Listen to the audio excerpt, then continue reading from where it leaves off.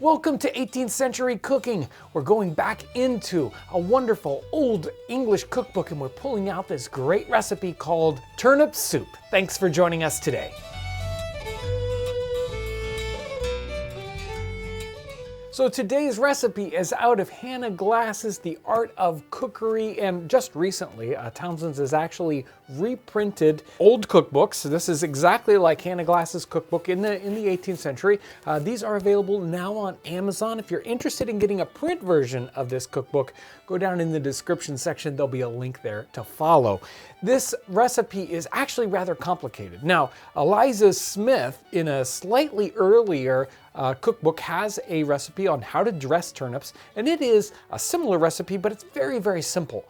Hannah Glasse's recipe, though, is for obviously a much more well-to-do table, and that's the one we're going to be doing today.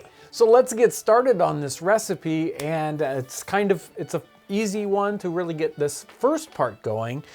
We've got our cooking pot here, and I'm gonna add, she calls for a gallon of water. I'm actually gonna make this probably, let's say, half a recipe. So maybe a little bit more than a gallon of water. She also calls for a bunch of turnips. She says, bring a bunch. I'm not sure, maybe they always came in a certain quantity in the 18th century. I have no idea how much a bunch of turnips is, so we're just gonna, do our best here. She says, take these turnips and pare them, and then we're gonna put them in the water. And she doesn't say dice them up or anything. She just says put them in the water. She says to make sure, though, to save a couple out for a future part of this recipe. So not all of them are going in this pot right away. Next up, she calls for an onion spiked with cloves. Also, she says an ounce or half an ounce of whole peppercorns and a blade of mace and a half a nutmeg bruised. Now, I'm not sure exactly what she means by half a nutmeg bruised.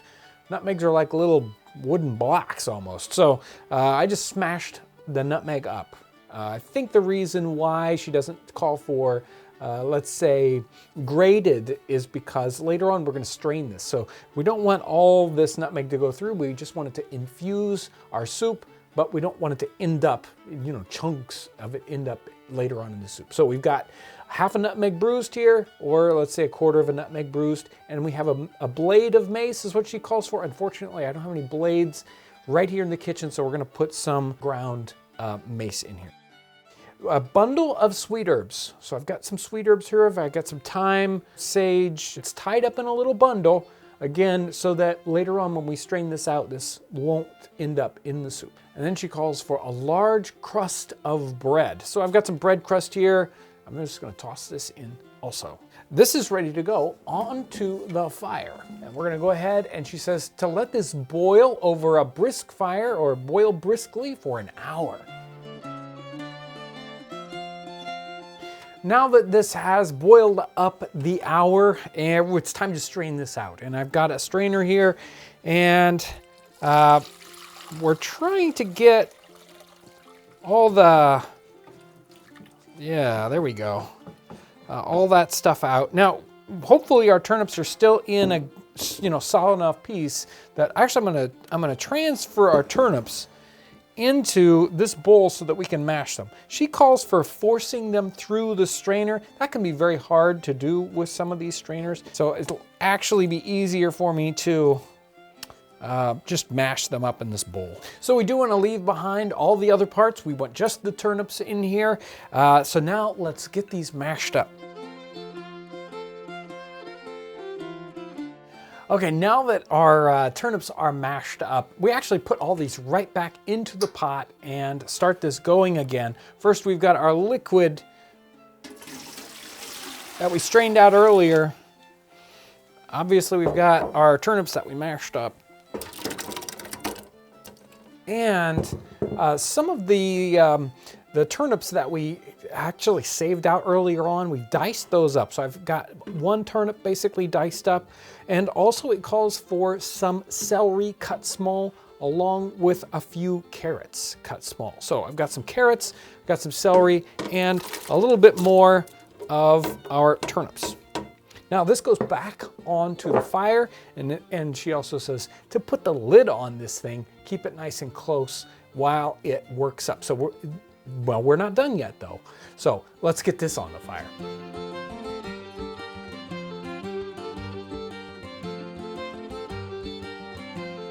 The last stage here are some turnips, cut up small. We've got some carrots in there. We've got onions sliced very thinly. This is floured and then fried in butter.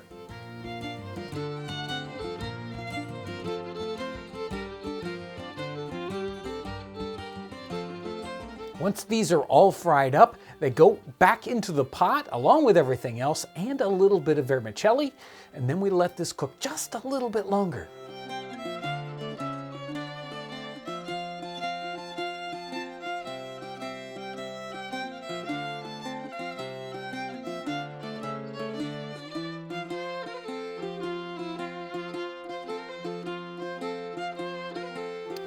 Well, there's our soup. Again, this one smells great. It took quite a while. It's a complicated soup, right? Obviously for a more well-to-do table. It's got, it's got pasta in it. It's got these fried vegetables in it. Boy, let's find out what it tastes like.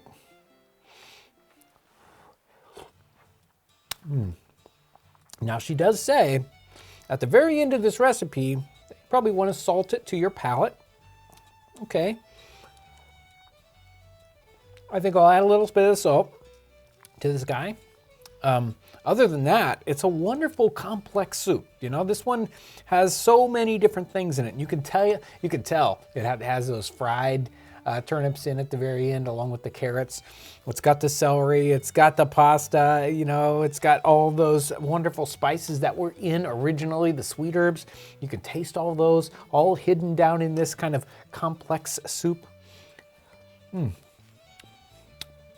Wow.